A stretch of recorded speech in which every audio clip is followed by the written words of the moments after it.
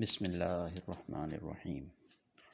میرے عزیز بھائیوں اور بہنوں، موت ایک ایسی حقیقت ہے جس سے کوئی انکار نہیں کر سکتا۔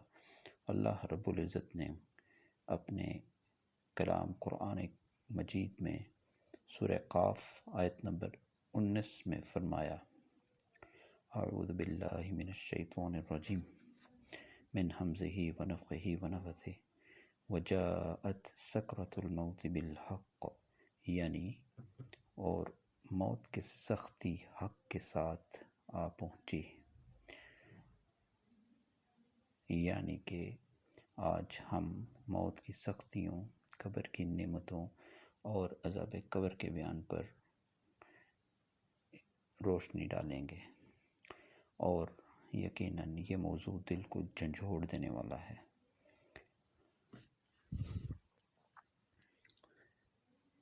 نبی کریم صلی اللہ علیہ وسلم نے فرمایا، موت کی تمنا نہ کرو، جاں کنی کی تکلیف بہت ہی سخت ہے۔ ترغیب و ترہیب کتاب کے اندر اس حدیث کا حوالہ موجود ہے۔ اسی طرح صحیح بخاری کے اندر حضرت عائشہ رضی اللہ تعالیٰ عنہ کا حضرت عائشہ رضی اللہ تعالیٰ عنہ سے مروی ایک روایت حدیث موجود ہے کہ نبی کریم صلی اللہ علیہ وسلم کی وفات، آپ صلی اللہ علیہ وسلم کی وفات کا حال بیان کرتی ہیں اور فرماتی ہیں کہ نبی کریم صلی اللہ علیہ وسلم کی وفات میرے سینے پر ہوئی اور میں نے آپ کی موت کی سختی کو دیکھا۔ اس کے بعد میں نے کسی کے لیے موت کی سختی کو برا نہیں سمجھا۔ گویا کہ اگر نبی اکرم صلی اللہ علیہ وسلم کی موت، آپ صلی اللہ علیہ وسلم رحمت للعالمین کو موت کی تکلیف برداشت کرنی پڑی، تو پھر ہم میں سے کون اس موت کی تکلیف سے بچ سکتا ہے؟ اللہ رب العزت قرآن کریم میں فرماتا ہے سورہ النحل کے اندر آیت نمبر 32 میں کہ الذین تتوفاہم الملائکۃ طیبین یقولون سلام علیکم، یعنی کہ نیک لوگوں کی روح جب فرشتے قبض کرتے ہیں تو وہ کہتے ہیں سلامتی ہو تم پر۔ صحیح بخاری میں ایک حدیث ہے جس میں اللہ کے نبی کا فرمان موجود ہے کہ جو اللہ سے ملاقات کو پسند کرتا ہے، اللہ بھی اس سے ملاقات کو پسند کرتا ہے، یعنی مومن کو موت کے وقت اللہ کی خوشخبری ملتی ہے۔ سورہ نحل آیت نمبر 29 میں اللہ رب العزت کا فرمان ہے کہ فَادْخُلُوا أَبْوَابَ جَهَنَّمَ خَالِدِينَ فِيهَا، جہنم کے دروازوں میں ہمیشہ کے لیے داخل ہو جاؤ۔